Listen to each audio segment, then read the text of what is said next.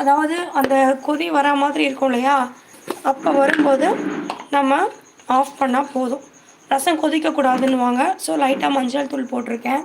So மிளகு, சீரகம், பூண்டு, தக்காளி, எங்கள் வீட்டில் காஞ்ச மிளகாய் போட்டு நான் அரைக்க மாட்டேன், காரம் ஒத்துக்காதுன்னுவாங்க. ஸோ அதனால் நான் இப்படி போட்டிருக்கேன்.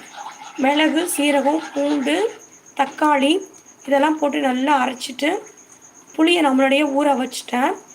அதுக்கப்புறமா எண்ணெய் விட்டு கடுகு, ஒரு 2 காஞ்ச மிளகாய் போட்டு நல்லா நான் இப்போது இதை அந்த அதாவது முட்டை கட்டி இருக்குன்னுவாங்க, அந்த கழுவி கொடுமா, இதை அப்படியே வந்து கழுவிட்டு உருவி கொடு. இதை அப்படியே அது கொதி வர ஸ்டார்ட் ஆகும்போது நம்ம நிறுத்திடணும் ரசத்தை.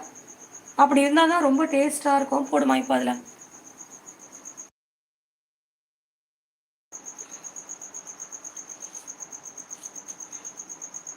ஸோ இந்த ரசம் வந்து இப்போ இது கொதிக்க வரப்போகுது.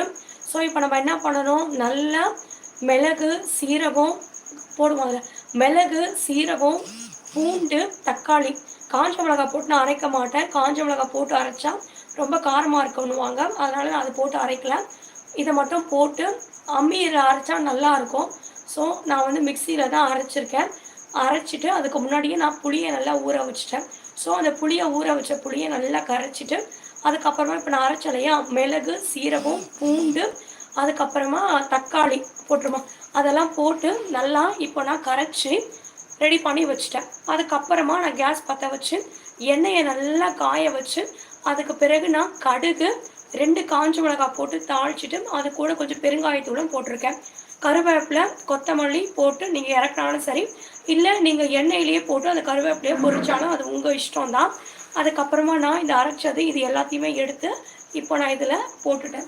ஸோ இப்போ ரசம் வந்து இப்போது கொதி வரா மாதிரி இருக்குது. இப்போ நீங்கள் இதை இப்படியே நீங்கள் கலரி விட்டுட்டே இருங்க. ஸோ இப்போ இது வந்து ஒரு 2 to 3 மினிட்ஸில் ரசம் நம்மளுக்கு ரெடி ஆகிடும்.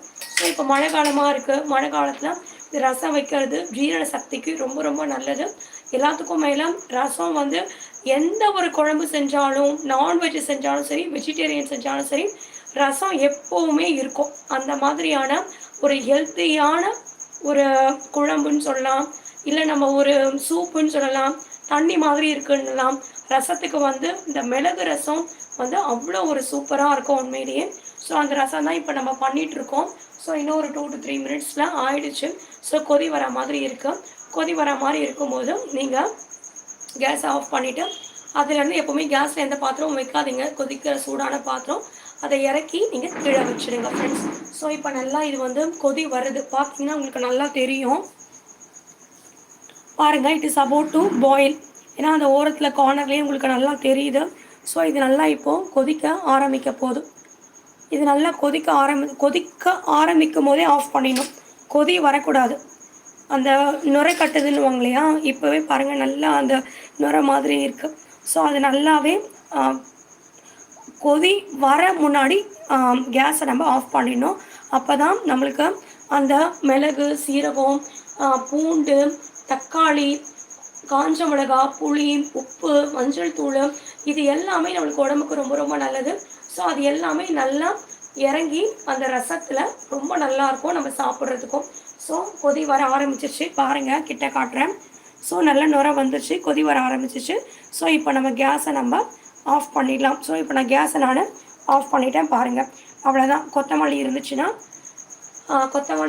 கொத்தமல்லி போட்டு நீங்கள் தூவி இறக்கிடலாம். ஸோ இந்த ரசம் வந்து எனக்கு இங்கே பார்க்கும்போது ரொம்ப வாசனையாக இருக்குது, கொதிக்க இருக்கு. எப்போவுமே ரசம் வச்சா என்ன எல்லாருமே சொல்லுவாங்க, நீ ரசம் வச்சாலே போதும், எந்த ஊர் போனாலும் நீ ரசம் வச்சு படிச்சுக்கலாம் அப்படின்னுவாங்க. ஸோ அது எப்படின்றது எனக்கு தெரியாது. ஆனால் ரசம் வந்து நான் இப்படி தான் வைப்பேன். எல்லாருமே ஒருத்தர் தவறாத எல்லாருமே ரசம் சூப்பராக இருக்குல்லத்தா அப்படின்னுவாங்க. ஸோ ரசம் வந்து ரொம்ப உடம்புக்கு நல்லது. எந்த ஒரு சாப்பாடுமே நம்ம செஞ்சு கொடுக்கும்போது உண்மையிலேயே அவங்க சாப்பிடும்போது அவங்க மனசில் கண்டிப்பாக இந்த சாப்பாடு நல்லா இருக்குன்னு நினச்சாலே நம்ம நல்லாயிருக்கும். அவங்க வாய் திறந்து கூட சொல்ல வேண்டாம், வாய் வாழ்த்தாட்டியும் வயிறு வாழ்த்தோம் அப்படின்வாங்க. அதனால் வந்து நீங்கள் கண்டிப்பாக இதை ட்ரை பண்ணி பாருங்கள். ஸோ ரொம்ப நல்லது உடம்புக்கும்.